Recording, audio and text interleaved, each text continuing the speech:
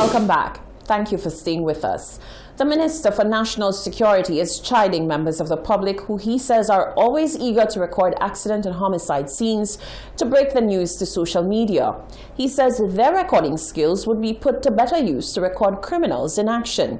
His comments were made in light of a spate of robberies targeting students at bus stops and on their way to school. Minister Francis says police will increase their patrol in areas, but the help of the public is also needed. On Wednesday, Principal of the Leon Hess Comprehensive Secondary School, Rohan Luba, explained that in the last week, 5 students from his school have been robbed. 2 of them received injuries to the face. Calls have been made for the Royal St. Lucia Police Force to intensify patrols in the areas where the students got robbed and on the various bus stops. Minister for National Security, Hermangild Francis, says by now the Royal St. Lucia Police Force should have a plan in place to deal with the reoccurrence of incidents of this nature. That's not rocket science. That by now there have been so many incidents of those things happening that by now the police would have had a knowledge of what the modus operandi of those persons are, how people operate. And they will only operate when the children are on the streets. They can't operate when the children are at school. So yes, we need to go through the early morning when they're going to school and when they're coming from school. And so that is what has to be done. Minister Francis, however, explained that the responsibility of protecting the students do not fall squarely on the shoulders of the police, as law enforcement officers are not omnipotent. And these schools are in areas where it is prone for that sort of thing. I will be speaking to the commissioner so that we can heighten the security there. But I have always said that our citizens also have a part to play. And so the grown-ups who are there and seeing certain things happen can assist. I am not telling you to get involved with the criminals, but the same way sometimes when a police officer is acting, you take your cell phone and take photographs and all sort of things and send it to social media, that you, if you're on the scene, can take your phone and take the photographs of those criminals attacking our youngsters and give it to the police so that the police can investigate and try to solve those matters. Following the latest incidents, calls have been made by parents, the transportation sector, and the principal of at least one secondary school to devise action to clamp down on the spate of robberies. Minister Francis says this matter requires all hands on deck for effective resolution. Reporting for Hot 7 News, I am Genevieve Gonzalez. Should vaccine passports be introduced to track who has been vaccinated and to allow special privileges to these individuals? The president of the St. Lucia Medical and Dental Association says such a move is needed and will likely be implemented soon. A vaccination pass or passport is documentation proving that one has been vaccinated against COVID-19. Both the United Kingdom and the United States have come on board with the idea of vaccine passports and are looking to not just implement it locally for access to clubs and other places where social gatherings are bound, but to travel as well. Here in St. Lucia, many calls have been made for vaccinated individuals to be given certain leeway. The president of the St. Lucia Medical and Dental Association says this can be achieved locally with a vaccine passport. Indeed, there are plans, and those were discussed with us, and we fully agree, for a electronic vaccine passport. So yes, a vaccine passport, we do believe, is important, an electronic passport that you could use for entry into different places, for example, because the reality of the world is that it is very likely going to be necessary.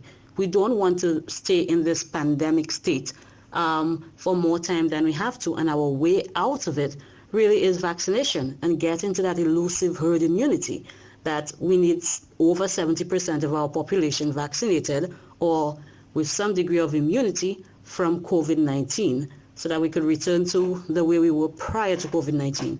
Those are the realities. So we absolutely support a vaccine passport, and it should be coming in. Some have argued that the introduction of a vaccine passport, particularly if it is being used to travel internationally, would open up the possibility of individuals falsifying data on the app. There is also concern that the passport may be a way of forcing individuals to take the jab, particularly if they would like to travel or return to normal life.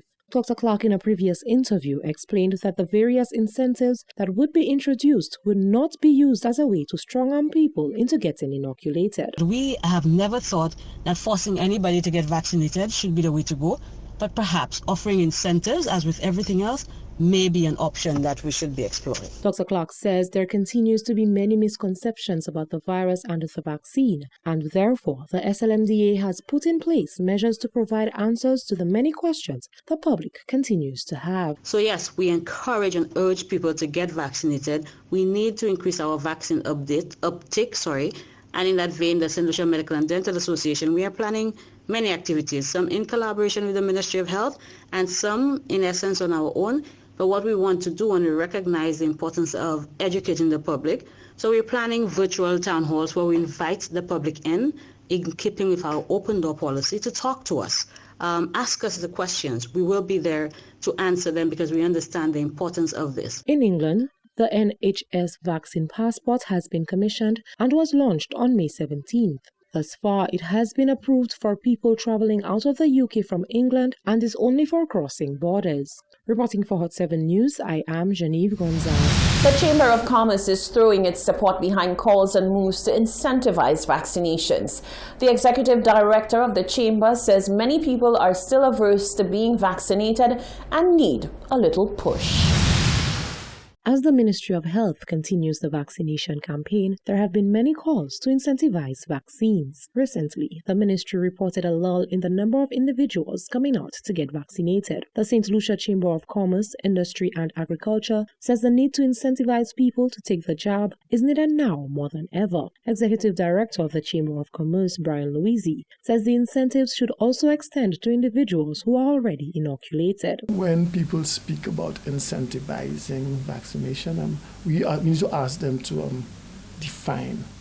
In our view, part of the incentivizing must be where the persons who have been vaccinated feel that since they are vaccinated, they should be allowed certain additional freedoms or additional scope to live in a vaccinated world.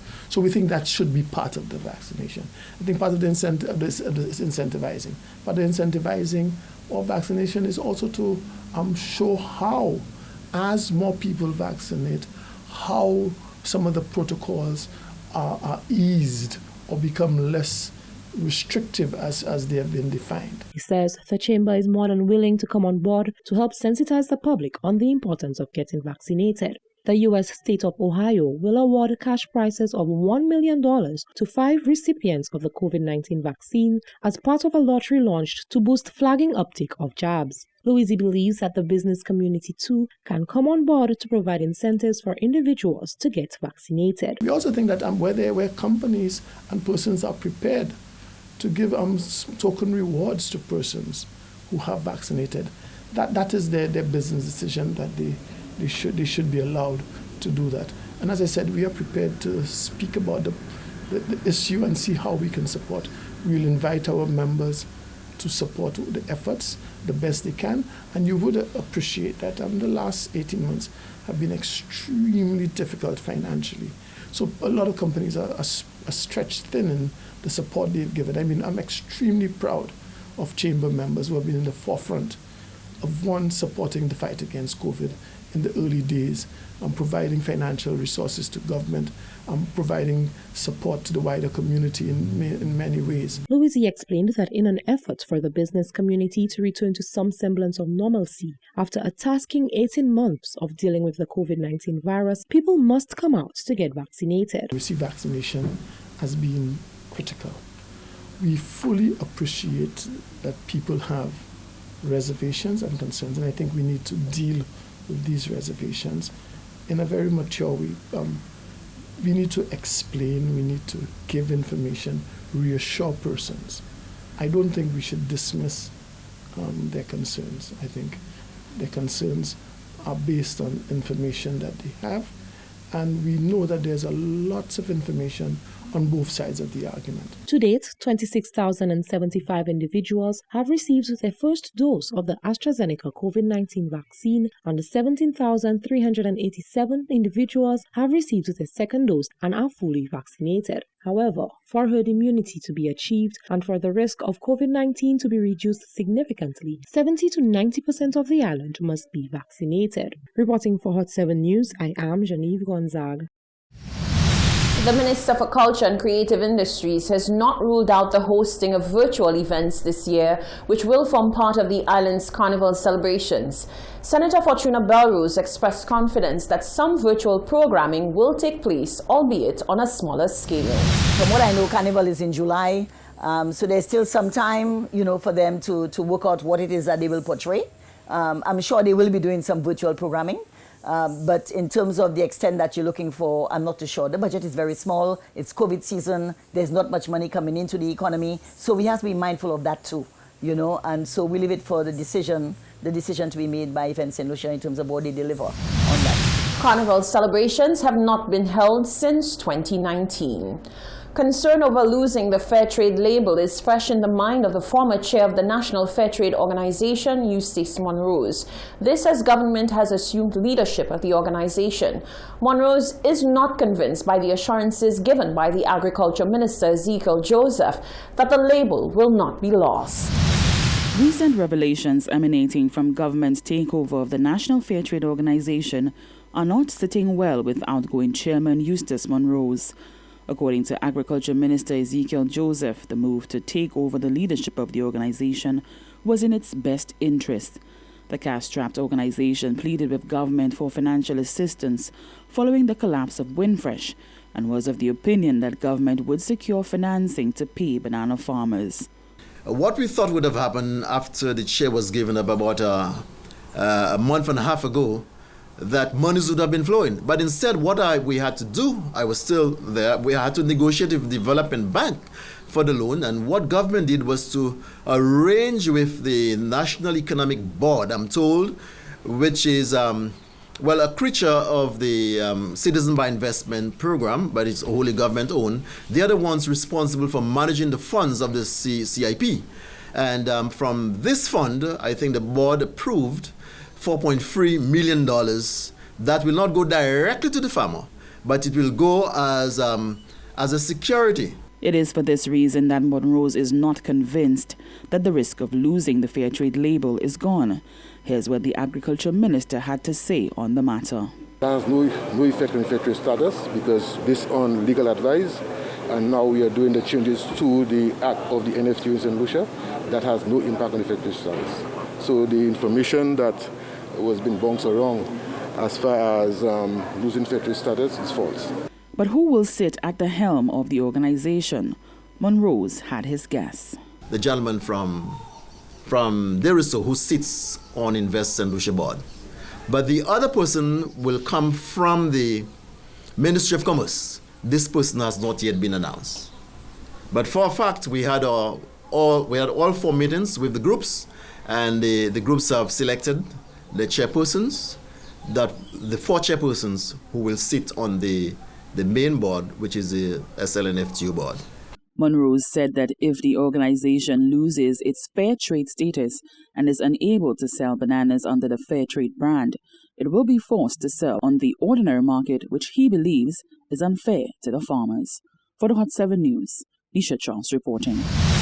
Culture and Creative Industries Minister Fortuna Belrose has doubled down on her defense of having her husband serve as her driver.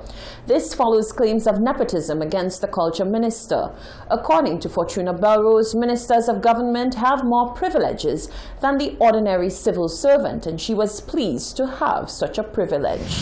Well, I think the way drivers are chosen within the public service is a bit different to a ministerial driver. If you want to be a ministerial, the minister has a critical say in who his driver is. I served as a PS within the ministry, and the drivers came through the public service. But as a minister, you have that special privilege as a minister. And people must always remember that. As ministers, you have special privileges. And I think it was a privilege that I had, and I was able to use that privilege based on the knowledge, experience, understanding of the work involved as a minister, you understand, to get the best person for the job. And the best person is somebody you're comfortable with. The best person is somebody you can trust. The best person you know will be there for you. And the best person who will respond, you understand, when you need them. You know, I've spoken to great presidents. The president of Gambia some years ago. And he said to me, there are 3 people who really control his life. His driver, his wife, and his photographer. You see? So drivers are indeed very important people. And we have to ensure that we have the best people around us. That was the Minister for Culture and Creative Industries, Fortuna Belrose, who appeared in the hot seat on Wednesday night. This is the Hot 7 TV Nightly News. There's more news after the break.